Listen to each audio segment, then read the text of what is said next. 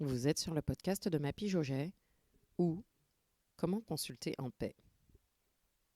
Bonjour, bonjour. Un certain nombre d'entre nous, de soignants, ont un sentiment de fatigue et d'être blasés. Et ce, notamment à cause de la forme de communication qu'ils reçoivent, que ce soit au cours d'une consultation en face à face, lors d'échanges de SMS ou même par mail. Ce sera ce nouveau thème que je vais traiter sur plusieurs épisodes. Quel est le point que je souhaite mettre en avant aujourd'hui ? C'est que nos patients, bien sûr, sont une opportunité, sont la raison pour laquelle on se lève et nous consultons le matin. Mais nos patients ne sont pas toujours tendres.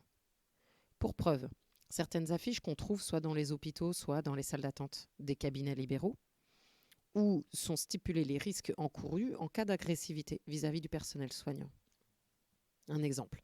Pour information, l'outrage, il est défini par le Code pénal dans l'article 433-5.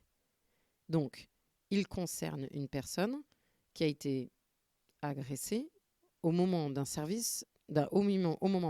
mission de service public. Donc, quand un orthophoniste exerce en service hospitalier, du coup, il peut y avoir un outrage s'il a reçu des paroles, des gestes ou des menaces, des écrits, des images, même s'ils ne sont pas rendus publics, ou l'envoi d'objets quelconques. L'outrage peut être puni de 7 500 € d'amende, et lorsqu'il est commis en réunion, donc c'est-à-dire avec plusieurs personnes intervenant, jusqu'à 6 mois d'emprisonnement. Ça, c'était pour l'aspect juridique. C'est dire à quel point la relation avec les patients peut être tendue. Quand je parle de la communication que nous avons avec nos patients, systématiquement sur ce sujet, je repense à mon ancienne collègue Dominique. C'était ma collègue et ma consoeur à l'époque où je consultais en cabinet. Dominique pointait souvent sa fatigue et le fait qu'il y avait un déclin depuis qu'elle avait commencé à consulter dans les relations avec le patient. Plus le temps passait, plus elle trouvait les patients durs. Moi, j'étais jeune diplômée et j'étais dans la cuisine. En préparant mon repas, j'écoutais avec bienveillance et j'admets. À l'époque, j'écoutais avec amusement. Je me disais, c'est parce que Dominique, elle consulte depuis longtemps, c'est notre aînée, elle s'y connaît mieux. Il y a un côté, c'était mieux avant. Je mettais tout ça sur le compte de ses années, de sa clinique, de sa fatigue. Jusqu'à ce que je lise Didier Pleu. Je vous donnerai les références de cet auteur dans le commentaire. Pourquoi est-ce que je vous parle de Didier Pleu ? Quel est son concept ? Cet auteur a rédigé plusieurs livres sur la notion de patient intolérant à la frustration. Et donc le titre de ces ouvrages part du postulat de l'adulte roi qui devient adulte tyran ou de l'enfant roi qui devient enfant tyran. En l'occurrence, lui développe le point que ce n'est pas une psychose, mais une bonne névrose. Mais névrose suffisamment importante, d'une part pour qu'il en parle, et d'autre part pour que ça devienne quasiment sociétal, tellement fréquente que sa crainte, et la mienne aussi, c'est que ça devienne quasiment la norme. Pourquoi est-ce que je partage avec vous cette bibliographie sur Didier Pleu ? Parce qu'elle m'a permis de quitter le monde des bisounours avec cette représentation un peu idyllique de « Ah, le pauvre patient, il vient me voir pour être soigné et moi, je vais pouvoir l'aider. » Je vais mettre le syndrome du sauveteur à distance. Je vous en reparlerai peut-être plus tard dans un prochain épisode. Mais on va revenir au fait que certains patients viennent avec toutes leurs difficultés. Revenons à Didier Pleu. Sa théorie part du postulat qu'il y a Françoise Dolto, dans un contexte des années fin 60, début 70, qui a communiqué un certain nombre d'éléments, et notamment sur le fait de prendre en compte les besoins et les aspirations des enfants. Ok. La théorie de Dolto, dans les années 68-70, elle était juste, mais attention, remettons-la bien dans son contexte, elle s'adressait aux parents de la première moitié du XXe siècle. Donc si on remonte, elle s'adresse à moi, donc j'ai 43 ans, elle s'adresse à mes grands-parents, voire à mes arrière-grands-parents. L'idée, c'est que Françoise Dolto, Elle invite à plus de souplesse, à plus de liberté, à moins de carcans en tout cas. L'idée, c'est que si on prend Françoise Dolto au premier degré, forcément, en fait, on va dans le mur. Éduquer un enfant sans aucune limite et sans aucune contrainte, sans aucun cadre, ça marche difficilement. Et en fait, ce que pointe Didier Pleu, c'est que cette permissivité, elle s'est aussi infiltrée dans la société et elle a favorisé une permissivité qui rentrait dans les familles. Didier Pleu cite 3 aspects. Le premier, c'est la contraception.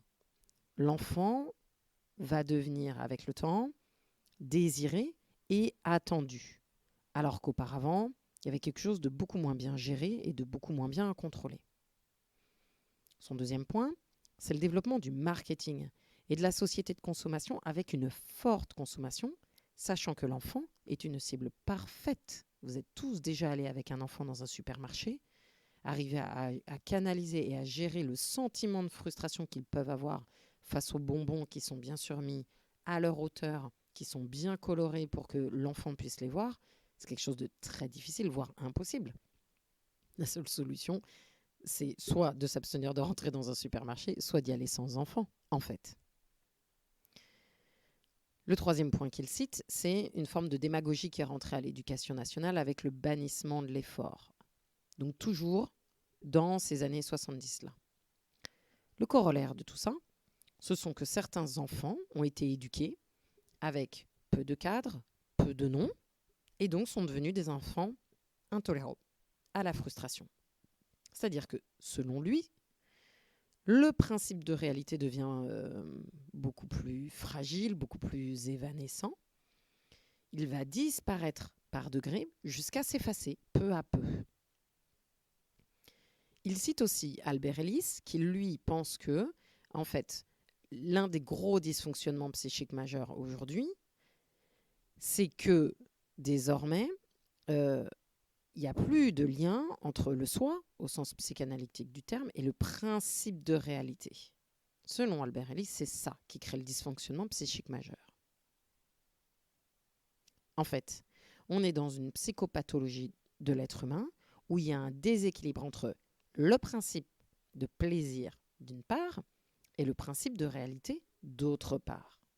On va se retrouver face à des patients pour qui le plaisir est le seul et unique argument et aucune contrainte ne saurait les entraver. Ça donne des patients, en tout cas, qui peuvent exiger tout de suite, maintenant, avec des niveaux d'attente et d'exigence inatteignables, en fait, et avec absolument aucun sentiment de l'autre, c'est-à-dire un ego tout puissant. Et pourquoi je vous en parle ? Parce qu'en fait, ces enfants qui sont nés dans les années 60, oui, début 70, en fait, je vois bien, c'est l'âge de mon grand frère, et bien aujourd'hui, ils ont 50 ans. Donc c'est eux que vous allez retrouver au sein de votre cabinet, soit en tant que parent des enfants que vous allez accompagner, soit en tant qu'aidant si vous accompagnez leurs parents à eux. Et en fait, une fois que l'enfant roi devient enfant tyran, l'adulte roi qui devient adulte tyran, c'est quand même une autre paire de manches, surtout s'il a une carte bleue au bout de la main.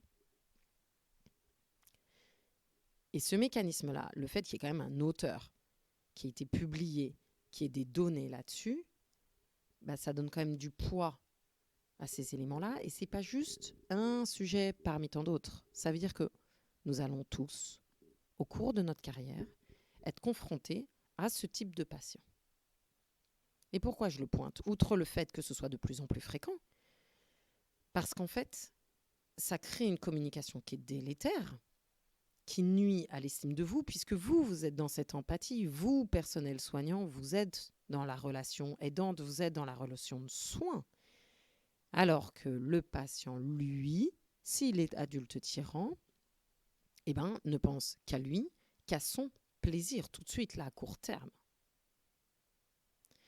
Et puis, je vous pointe ça, cette idée-là aussi, je vous la partage, parce qu'en fait, une fois que vous avez la clairvoyance que cette notion existe et que ce type de psychopathologie fait partie de votre entourage, Vous allez aussi pouvoir le déceler, chez vos responsables si vous travaillez en service hospitalier, chez vos voisins, peut-être même chez votre conjoint. Et ce que je voulais pointer, c'est que ça peut être vrai chez un patient, mais aussi chez un de vos collègues ou un de vos titulaires. Et si vous reconnaissez un de vos très proches, quand je dis proche, dans le sens personne avec qui vous travaillez ou que vous côtoyez au quotidien, vous vous rendrez vite compte à quel point ça peut peser sur votre énergie, sur votre fatigue et donc sur vos risques de surmenage. Alors bien sûr, j'entends déjà certains d'entre vous qui me diront « Oui, mais ce sentiment selon lequel on a l'impression que c'était forcément mieux avant, il est corroboré par un biais cognitif qui est le biais de négativité. Oui, c'était mieux avant. Avant, le personnel soignant, il était plus respecté. Non, à cela, je leur réponds une citation qui vient du service statistique ministériel de la sécurité intérieure. Je les cite. Si nos travaux portent sur le phénomène des violences en milieu de santé, ils s'inscrivent dans un contexte global de montée de la violence dans notre société, notamment depuis la pandémie, la Covid-19.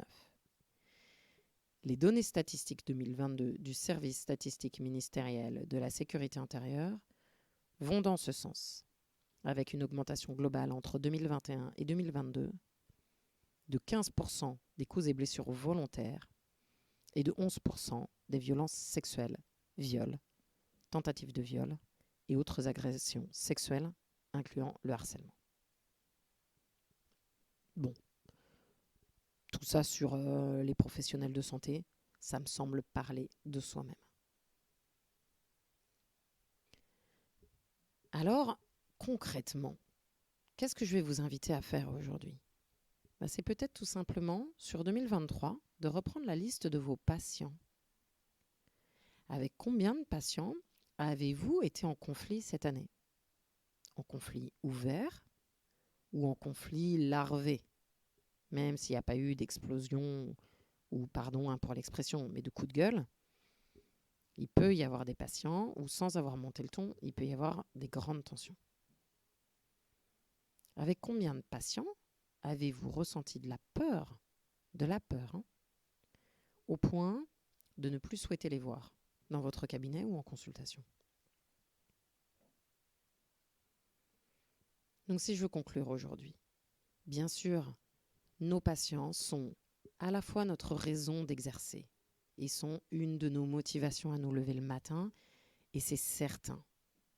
Mais ils sont aussi, pour certains, une vraie cause de risque professionnel.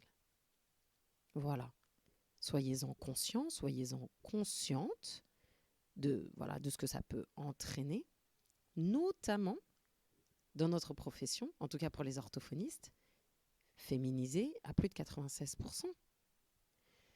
Notre collègue Sylvie Jacquet est une référence en médiation animale dans notre métier.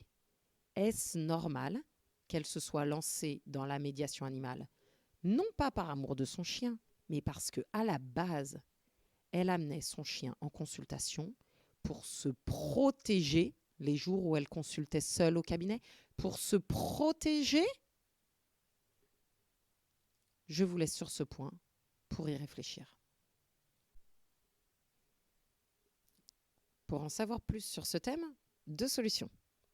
Abonnez-vous à ce podcast et venez me rejoindre pour une journée de formation en présentiel sur le thème « S'écouter pour savoir communiquer ».